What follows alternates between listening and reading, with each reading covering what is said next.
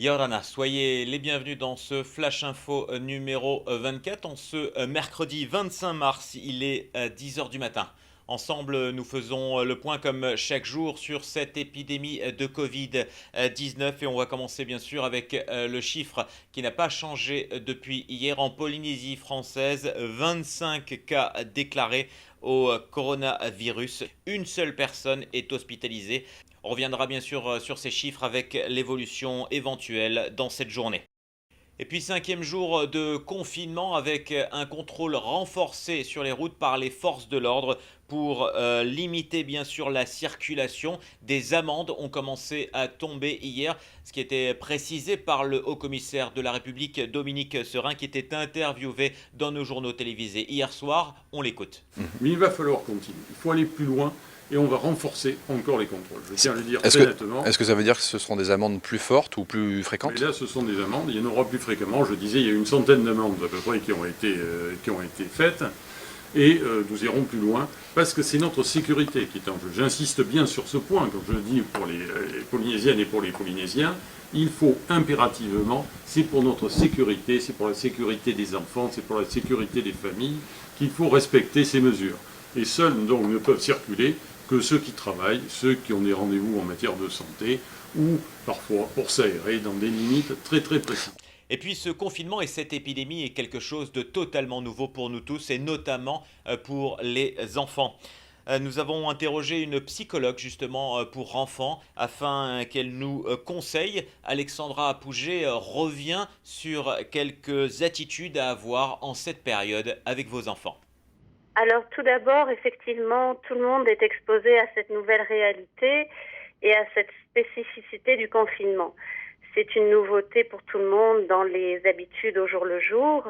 Et je pense qu'avant tout, il est important d'expliquer aux enfants dans un premier temps ce que c'est le confinement, qu'il a été mis en place pour des raisons sanitaires et des raisons de protection, et que ce sont des organismes sécuritaires qui essaient de nous apporter des réponses face à l'émergence de ce virus. Donc je crois que la première étape, c'est la psychoéducation sur la situation réelle à laquelle sont confrontés les enfants. Les enfants peuvent, après avoir peur de sortir, est-ce que c'est une réalité qui peut, si ça dure dans le temps, ce confinement? Effectivement, ils peuvent développer des peurs. Les enfants sont souvent confrontés dans leur développement à des peurs internes ou à des peurs qui sont déclenchées par leur environnement, que ce soit pour une rentrée scolaire, pour une rentrée à la crèche, etc. Donc, ils savent ce que c'est la peur. Maintenant, c'est aux adultes à leur expliquer que les règles du jeu ont changé et qu'ils ne peuvent pas sortir ou qu'ils peuvent sortir sous certaines conditions qui sont encadrées et qui sont des conditions qui vont les amener à poser des nouveaux gestes qui seront des gestes qui les amèneront à se sentir à nouveau en sécurité et à comprendre au fur et à mesure ce qui se passe.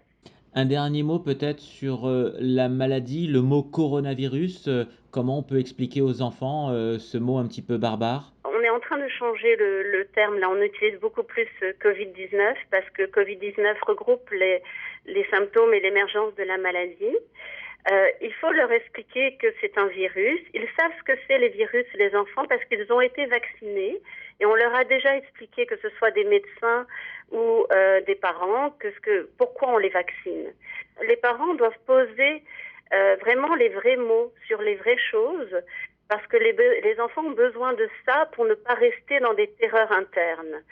Si c'est trop confus et flou à l'intérieur d'eux, ils vont se mettre à mal le vivre. Mais si les parents sont assez conséquents et assez présents au niveau affectif pour leur permettre d'évoluer avec nous tous, les enfants vont relativement bien s'adapter à la situation. Puis vous retrouverez l'interview avec d'autres conseils sur le site internet dans un article www.tntv.pf. On remercie Alexandra. En métropole, les chiffres sont toujours aussi dramatiques avec un nouveau bilan en 24 heures, 231 nouveaux décès qui portent le total à 1331 décès sur la métropole. La crise sanitaire, mobilisation générale du côté de la métropole.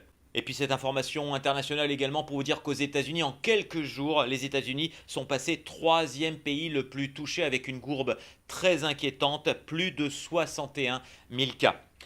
On revient au local à présent avec cette initiative avec la fabrication de visières utilisées notamment par les caissières des supermarchés ou par le personnel de santé en rupture sur le territoire. Grâce à une imprimante 3D, Reitini Rei nous propose cette solution. On l'écoute.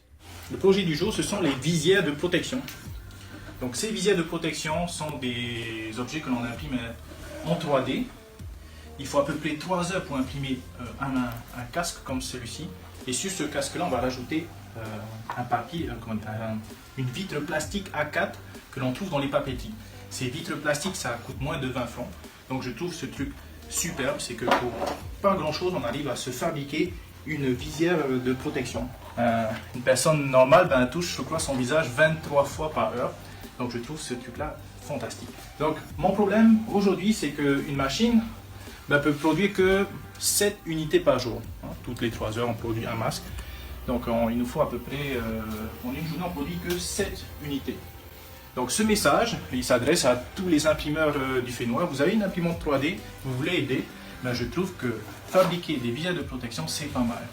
Et aussi, petit message aux industriels du Fénois, ces masques-là, on pourrait peut-être faire des moules, peut-être les produire à grande échelle, on pourrait peut-être en fabriquer 1000 ou 2000 en moins d'une semaine, et ça serait vraiment pas mal. Donc au cas où, ça serait bien de passer dans une deuxième phase à la production de masse.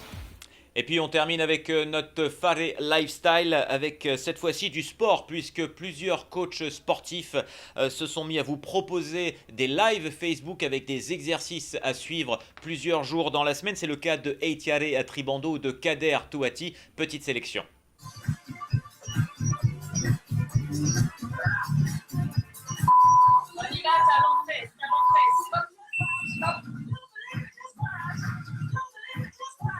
C'est ça.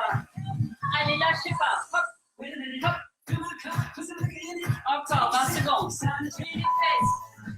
Relâche le haut. Et là, décolle. Hop. Décolle. Hop. Décolle. Essayez de bien contracter le bas des abdos. Ok, on y va. Petit échauffement. Alors, on va mettre les mains sur les hanches. Petit saut sur place. Voilà, petit saut sur place, léger. Donc vous faites ce que vous pouvez, si vous ne pouvez pas sauter, vous faites des petites flexions de jambes, voilà, léger. Et moi j'aime bien sauter. Voilà. On relâche les épaules, les bras. Voilà, parfait, on peut pivoter légèrement les épaules. Regardez ma ligne d'épaule, elle passe de gauche à droite et je peux taper coude opposé au genou opposé. N'oubliez pas d'utiliser les bras, sortez-moi les coudes. N'ayez pas les coudes bloqués, sortez les coudes. Voilà. Et là j'écarte les jambes, main sur les hanches. L'échauffement dure 5 minutes. Voilà, garder la forme, c'est important pendant cette période. Les prochains flashs seront à midi puis à 13h en langue tahitienne. Il n'y aura pas de flash à 16h mais une édition spéciale du côté de la cellule de crise avec Mike Leral et Tiarenui Pahuhiri. Tout de suite on revoit les gestes barrières, vous les connaissez. On se mouche dans un mouchoir en papier, on se lave les mains plusieurs fois par jour. Si l'on éternue, bien sûr c'est dans son coude. Enfin, on évite tous les contacts pour endiguer cette épidémie. Enfin, le mot d'ordre, restez chez vous pour sauver des vies. Voilà, on en a terminé pour ce flash de la matinée. Merci de votre fidélité et prenez soin de vous.